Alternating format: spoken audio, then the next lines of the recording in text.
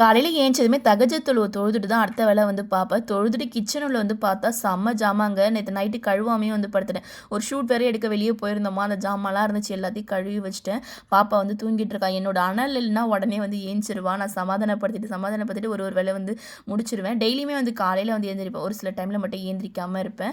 முட்டை மிட்டாய் வந்து என் ஹஸ்பண்ட் பாதி இது செஞ்சுட்டு இருந்தாங்க. ப்ரௌனி வந்து காலையிலே வந்து ஏஞ்சி பண்ணிட்டாங்க. நான் ப்ளம் கேக்லாம் வந்து பண்ணியிருந்தேன். இன்னும் கொஞ்சம் ஸ்வீட்லாம் வந்து பண்ணணும். இப்போ மீன் குழம்பு வச்சுட்டு சாப்பாடுலாம் வந்து வடிச்சிட்டேன்னா வந்து மதியானம் சாப்பிட கொஞ்சம் நமக்கு டைம் வந்து சேவ் ஆகும் இல்லையா, அதனால் காலையிலேயே வந்து சமையல் வேலை முடிச்சிருவேன். நேற்று கொஞ்சம் மீன் மட்டும் பொரிச்சிருந்தேன்னா மீன் ஆயாமல் வாங்கிட்டு வந்துட்டு எப்பயுமே வெளியில் ஆஞ்சிட்டு தான் வந்து மீன் வாங்கிட்டு வருவோம். இது வந்து நிறைய கொடுத்துருந்தாங்க அந்த டைமில். அந்த அக்கா கிட்ட வந்து அருவாமனைலாம் எதுவும் இல்லைன்னு சொல்லியிருந்தாங்களா, அதனால் வந்து மீன் ஆயாமே வாங்கிட்டு வந்துட்டேன்.